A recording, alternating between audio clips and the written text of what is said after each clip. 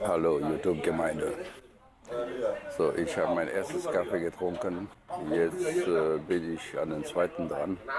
Und danach funktioniert der Takis wieder so, wie er funktionieren soll. Prost.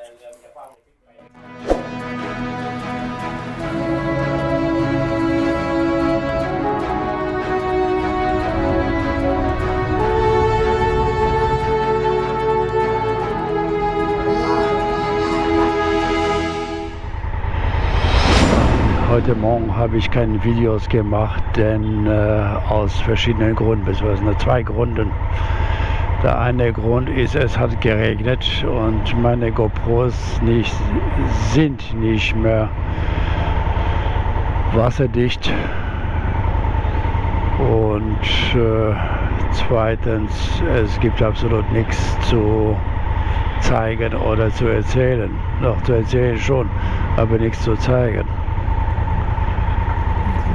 Jetzt bin ich hier irgendwie eine Stadt, weiß ich nicht einmal, wie das hier heißt, denn es gibt ja keine Eingangsschilder oder Ortseingangsschilder und es gibt auch keine Ortsausgangsschilder oder Eingang und Ausgang hier. So, scheint eine größere Stadt, ich vermute, das ist Hua Hin, aber sicher bin ich es mir nicht. So, ich hoffe, dass ich heute bis zu der Stadt Chayapum komme.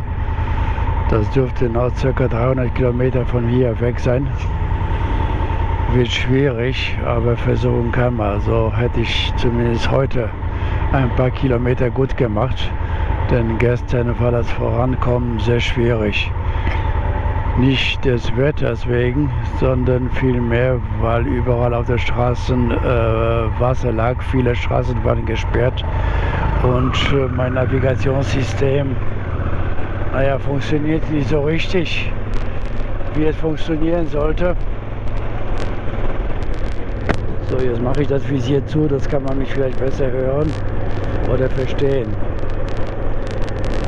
Vielleicht doch nicht Hua Hin, ich weiß es ja nicht, was da für eine Stadt ist. Die sehen ja für mich alle gleich aus. So. Ich sollte mich vielleicht mal einmal kurz vorstellen. Mein Name ist Christoph. Ich bin 65 Jahre alt oder fast 65 Jahre alt. Bin französischer Staatsbürger. Höre allerdings Deutsch seit der jüngsten Kindheit, wahrscheinlich schon vor der Geburt. Ich habe sehr, sehr lange in Deutschland gelebt. Ich habe dort studiert und irgendwann bin ich in der Welt rausgezogen. Irgendwann mal bin ich auch in Thailand gelandet. Und da bin ich auch kleben geblieben. In Thailand lebe ich bereits mehr als 15 Jahre. Bin mit einer Thai-Frau verheiratet. Und nichts in der Welt möchte ich sie gegen was anderes tauschen. Ich bin nach wie vor sehr glücklich mit ihr. Und das im Kurzen über mich.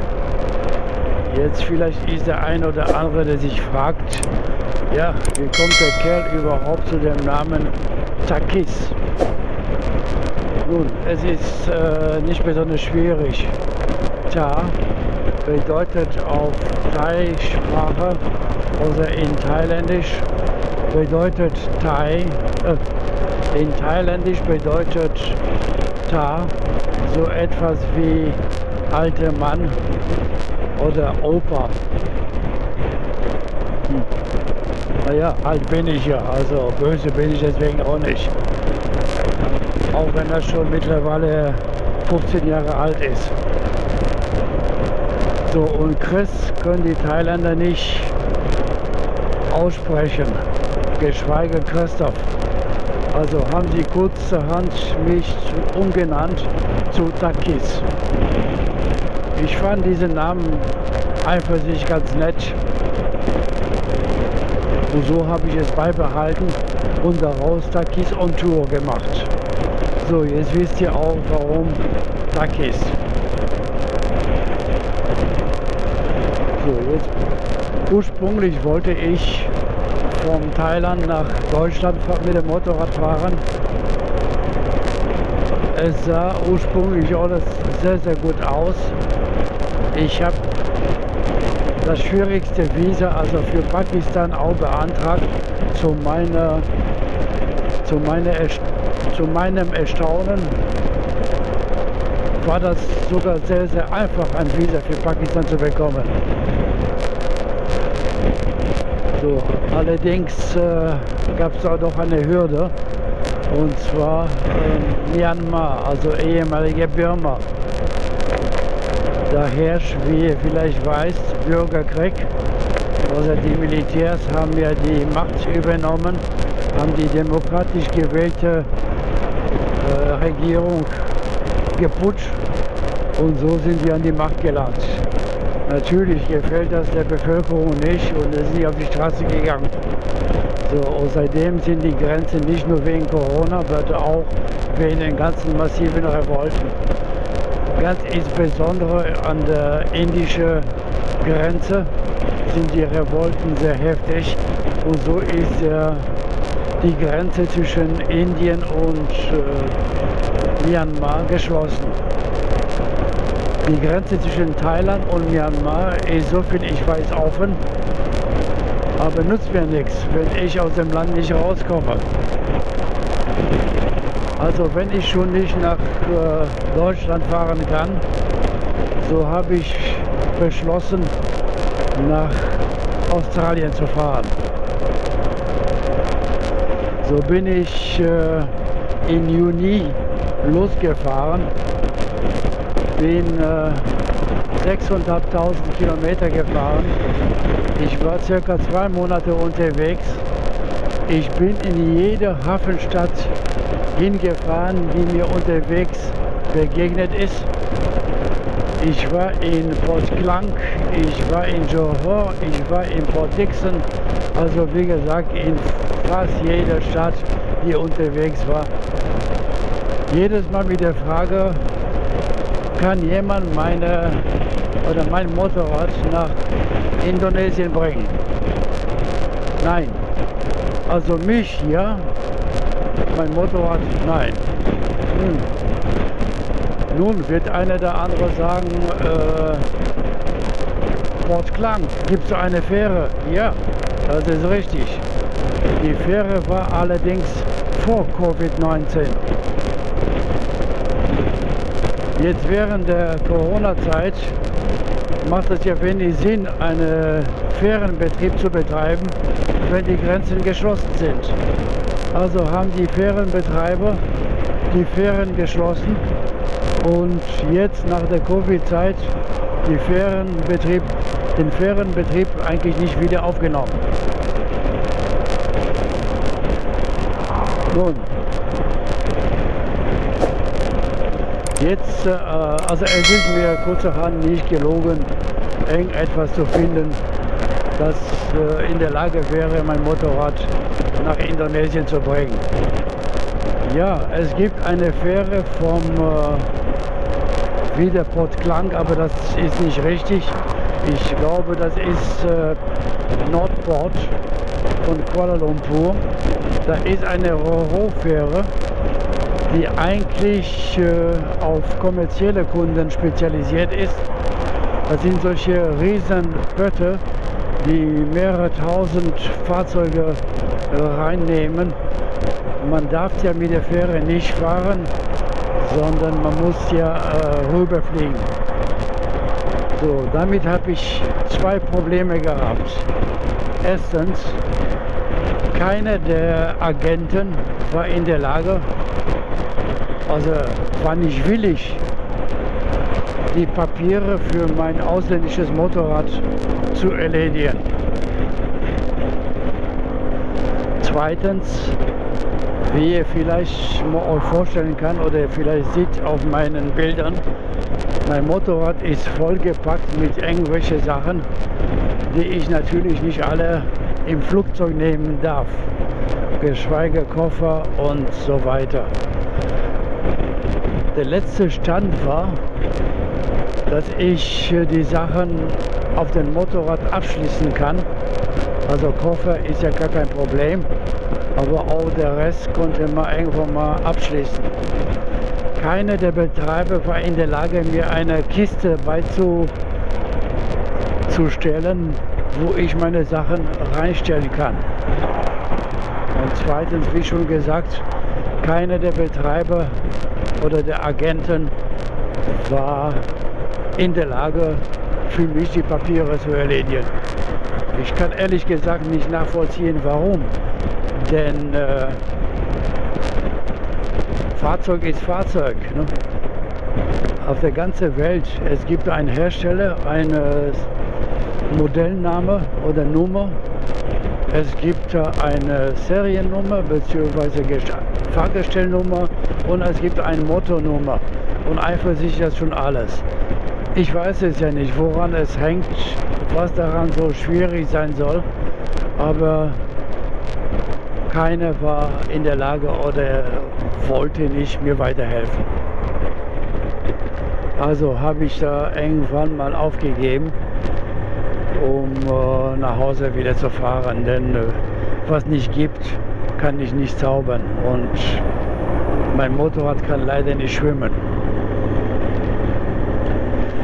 So, einmal zu Hause, da kamen eine Menge Nachrichten mit einer Menge Vorschlägen für Leute, die in der Lage wären, mir weiterzuhelfen. Natürlich habe ich sie alle kontaktiert, alle angeschrieben, angerufen. Ja, wisst ihr das, wir können das alles machen. Naja, die Zeit verging und irgendwann mal meldet sich gar keiner. Mein Nachhaken, ja, tut uns leid, aber Ihr Fahrzeug ist in Thailand angemeldet und damit können wir nicht umgehen. Naja, seltsam alles.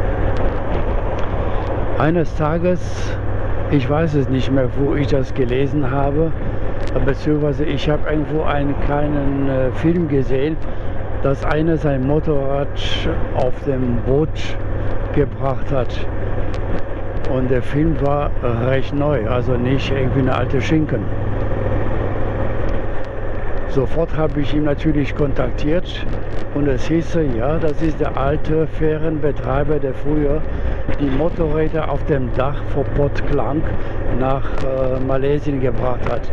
Den Fährenbetrieb hat er aufgegeben, jetzt hat er ein Cargo und ist willens, Motorräder mit an Bord zu nehmen. Das hörte sich ja für mich einfach sehr, sehr gut an. Ich habe sofort natürlich den Betreiber angerufen bzw. kontaktiert. Ja, das wäre richtig. Er freut sich, wenn er den Motorrädern, also Motorradfahrern helfen kann und er würde Motorräder mit an Bord nehmen. Naja, der Preis ist doch schon ein bisschen gesalzig, aber naja gut, besser als überhaupt nichts. Ich kann allerdings auf der Fähre oder auf dem Boot nicht mitfahren, ich muss extra fliegen. Der Betreiber hat mir erklärt, dass wenn ich mitfahren würde, würde ich illegal in Indonesien einreisen.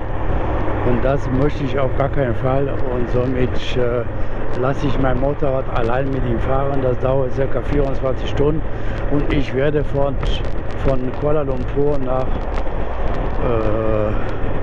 Medan fliegen. Das ist ungefähr eine Stunde Flugzeit und der Ticket kostet ungefähr 30 Euro.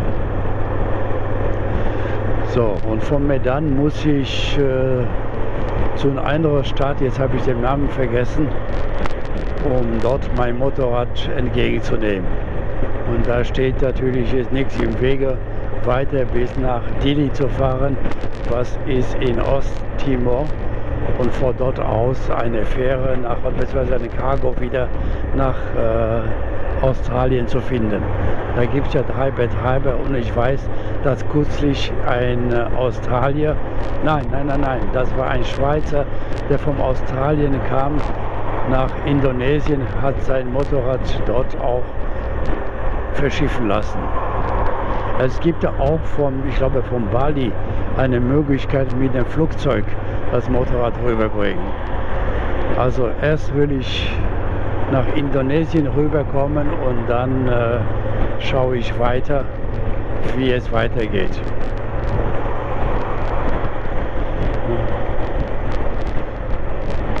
Das ist schon erstmal die erste Hürde. Jetzt versuche ich so schnell wie möglich von meinem Zuhause bis Kuala Lumpur zu kommen, was wie schon gesagt gestern recht schwierig war, denn viele Straßen waren gesperrt.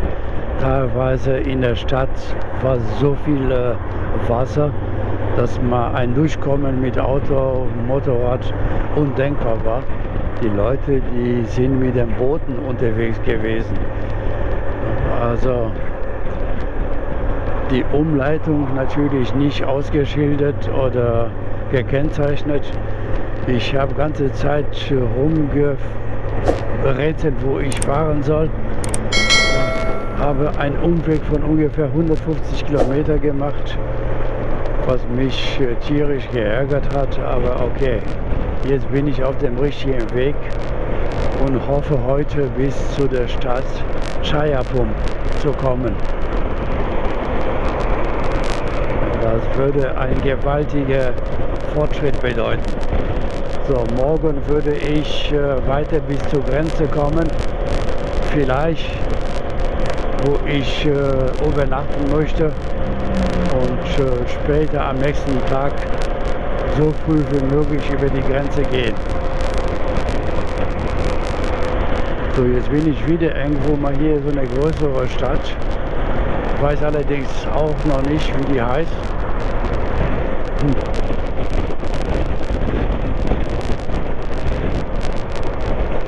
So, jetzt mache ich erstmal Schluss. Wir sehen uns später oder wir hören uns später. Ach so, noch eins. Warum habe ich das Kanal auf Deutsch gemacht? Beziehungsweise warum mache ich das Kanal auf Deutsch? Es tut mir leid für die englisch sprechenden Leute, aber für mich bedeutet immer noch Deutsch reden einfacher und flüssiger, als wenn ich Englisch spreche. Mit Englisch muss ich mich zu sehr konzentrieren, was ich sage, und auf Deutsch kann ich einfach nochmal rumplappern.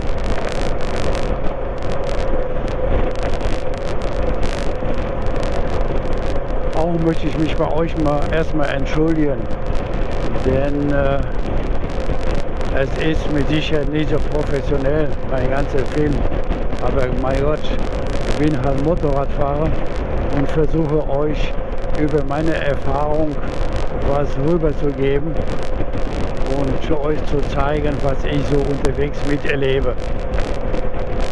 Es ist für mich recht ungewohnt, mit mir selber laut zu sprechen.